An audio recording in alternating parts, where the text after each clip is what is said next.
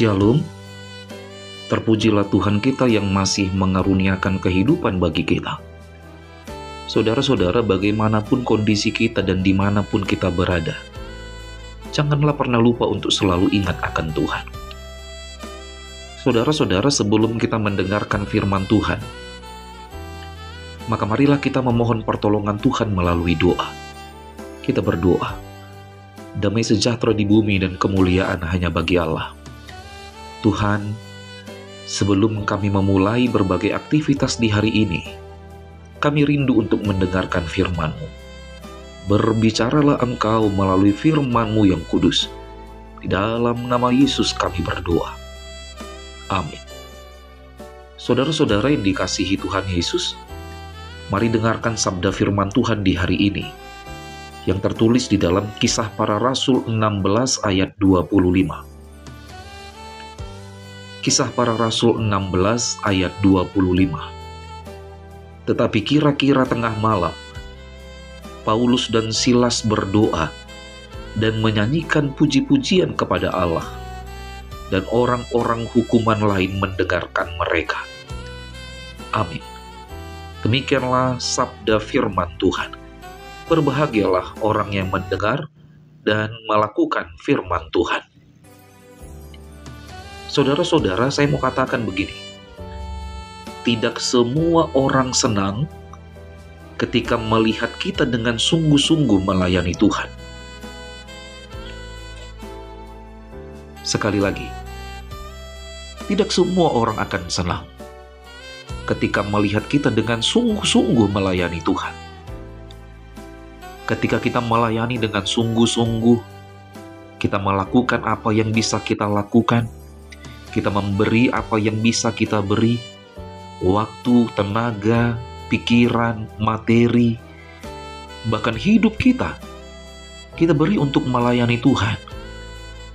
Tapi yakinlah saudara-saudara, tidak semua orang akan senang dengan apa yang kita lakukan. Akan selalu ada orang yang menilai perbuatan yang kita lakukan dengan pikiran-pikiran yang negatif. Akan ada selalu orang yang menilai seperti itu. Akan ada orang yang mengatakan perbuatan kita itu merugikan orang lain. Entah apalah maksudnya itu, sok kali, lainnya di hatinya itu, dan lain sebagainya. Saudara-saudara, inilah yang dialami Paulus dan Silas pada saat itu. Saat mereka berjalan menuju bait Allah, mereka bertemu dengan seorang perempuan yang mempunyai roh tenun, atau sebagai seorang dukun. Dia mendapatkan penghasilan yang banyak dari orang-orang yang datang kepada dukun tersebut.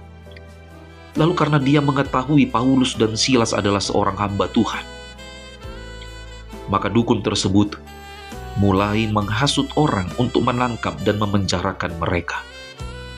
Dan benar saja saudara-saudara, dikatakan di dalam Alkitab, Paulus dan Silas dilemparkan ke dalam penjara dan membelenggu kaki mereka dalam pasungan yang kuat. Dalam kondisi yang seperti itu, apakah ketika Paulus dan Silas dilempar ke dalam penjara, dipasung, dan lain sebagainya, apakah mereka berhenti untuk melayani Tuhan? Tidak, saudara-saudara. Tubuh dan kaki Paulus yang dipasung dan dipenjara, tapi mulut mereka tetap mereka pakai untuk melayani Tuhan. Di dalam bacaan firman Tuhan di hari ini dikatakan, kira-kira tengah malam, mereka bernyanyi memuji Tuhan,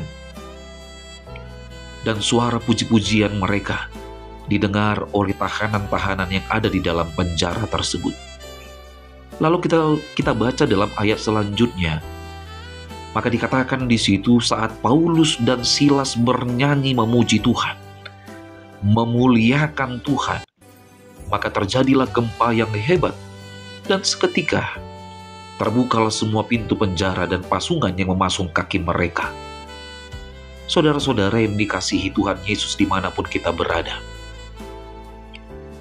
tidak ada sesuatu apapun di dunia ini yang dapat menghalangi orang-orang yang rindu untuk melayani Tuhan dengan sungguh-sungguh. penderitaan, dan ancaman yang kita alami. Mungkin bagi sebagian orang itu akan membuat mereka takut untuk melayani Tuhan. Tapi bagi orang-orang yang setia kepada Tuhan, bagi orang-orang yang rindu untuk selalu melayani Tuhan, penderitaan dan ancaman yang kita alami tidak menjadi penghalang bagi kita untuk melayani Tuhan. Beritakanlah kebenaran dan lakukanlah pelayanan untuk Tuhan. Pelayanan yang tidak hanya sebuah teori, tapi pelayanan melalui sebuah perbuatan yang nyata. Amin. Selamat beraktivitas, tetap semangat menjalani hidup, dan jangan lupa untuk selalu bahagia. Kita berdoa. Terpujilah Engkau ya Tuhan, Tuhan kami yang hidup. Karena kebaikan-Mu kami masih beroleh kehidupan di saat ini. Saat ini kami berdoa Tuhan Yesus, mendoakan jemaat-Mu yang sedang sakit. Kiranya jamahan tangan Tuhan memberikan kesembuhan dan kekuatan bagi mereka. Dan ketika jemaat-Mu mendapatkan kesembuhan dari-Mu ya Tuhan, biarlah mereka tidak lupa untuk datang kepada Tuhan, memuji dan memuliakan nama Tuhan. Bagi jemaat-Mu yang sedang sakit hati yang terluka, baik itu karena perkataan yang tidak benar, karena berbagai macam fitnahan dan kebohongan yang dikatakan orang lain. Tolonglah kami ya Tuhan, supaya kami bisa menyembuhkan luka di hati kami dan memaafkan orang yang berbuat jahat kepada kami.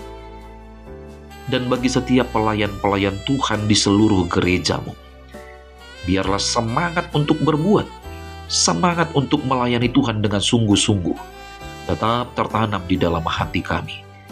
Terpujilah Engkau ya Tuhan. Di dalam nama Yesus Kristus kami berdoa. Terimalah berkat dari Tuhan Allah, kasih karunia Tuhan Yesus Kristus, dan kasih setia Allah Bapa, serta persekutuan Roh Kudus, kiranya menyertai saudara sekalian. Amin.